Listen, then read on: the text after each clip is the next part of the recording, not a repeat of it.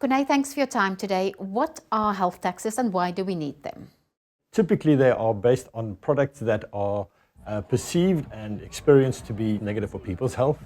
And as a result of that, we want to make those products more expensive. And the way that the government does that is by imposing a tax on these products that will increase the price. The aim is to reduce the consumption of these products so that people don't get sick from tobacco-related diseases in South Africa, so that they drink less sugar-sweetened beverages. And all those things together result in a reduction in the health costs associated with these particular products. Let's start with tobacco taxes. Have they had any effect on bringing down smoking rates? In the early 1990s, approximately 32% of South Africans were smoking. That number dropped to about 20% in 2010. The reason for that primarily is because of an increase in the excise tax.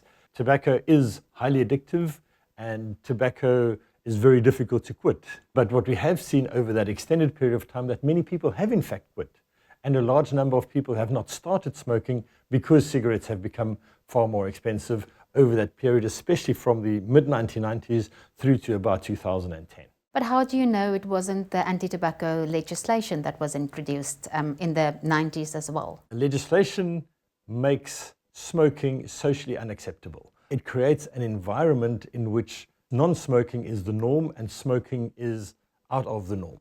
What tobacco taxation does is it creates an additional incentive for people to reduce their consumption of tobacco by hitting them in the pocket. So if you buy a box of cigarettes in South Africa, how much of that would be taxes? What proportion of the price? Treasury each year changes the excise tax. At this point in time, the excise tax is 22 Rand and 81 cents per pack of cigarettes. An average pack of legal cigarettes in South Africa is in the order of about 50 Rand. So the excise tax is approximately 44% of the legal price of a pack of cigarettes. That goes to the Treasury, it goes into the general fund. Who does it help most when it comes to a reduction in consumption? Young people and poor people who don't have all that much money. They tend to be more price sensitive than older and wealthier people. Why is that important? Most people start smoking in their middle to late teens. Some people start in their early 20s. That's the most vulnerable period. So if one can discourage youth from starting to smoke, it means that that flow of people that are going to be addicted for the rest of their lives are simply not going to be there. From the perspective of poor people, the cost of smoking for them is much higher. When they become sick, they might not have the resources to be able to afford getting the appropriate healthcare, and something has to give. So as you are spending money on cigarettes, there's not money for food, there's not money for clothing, for schooling. So it's really not a smart thing to smoke. One of the arguments that tobacco companies almost always raise is that as soon as you increase the health taxes, you will see an increase in the illicit trade of tobacco. How valid is that argument? More than 50% of cigarettes currently sold in South Africa have not paid the full tax. And that is a very, very significant problem, and that's a major cause of distress for the public health community because it makes cigarettes cheaper and it allows people who would otherwise not be smoking to buy these cheap cigarettes. So from a public health perspective, these very cheap illicit cigarettes are really, really harmful. At the same time, it's harmful for the fiscus because the government doesn't get the revenue. Where the tobacco industry argument falls apart is that it is not driven primarily by excise tax increases. Illicit trade is a criminal problem, and in South Africa that has not been addressed. Illicit trade has been greatly boosted through policy failures by government that allowed certain parts of the industry to greatly expand illicit trade. How do we fix the illicit trade then? Law enforcement is vital, and our frustration is that there are mechanisms in place that we can use. Many countries have got track and trace systems in place, which basically means that on every pack of cigarettes, you impose a tax stamp with a unique code that allows competent people to track exactly where that product is going to and also to trace it back where it has come from. And the evidence internationally suggests that if one has got a system like that in place, it's going to greatly reduce illicit trade. The tobacco industry gives an exaggerated number, but on conservative estimates, we think that it's about 15 billion Rand every year that the government is losing from not being able to control the illicit trade. Let's look at products that contain alcohol and sugar. Have you seen a decrease of the percentage of alcohol that a producer would include because of excise taxes? What we have noticed over the past 25 years is that the alcohol industry have developed low alcohol beers. Castle Light has got 4% alcohol, whereas normal Castle has got 5% alcohol. Now it's become a very significant brand. So what's in it for South African breweries, which is the producer of Castle and Castle Light, is that they are having to pay less tax on that lower alcohol beer. So a healthier product, but less money in taxes for the government. Studies have been done both to look at the cost of tobacco and the cost of alcohol.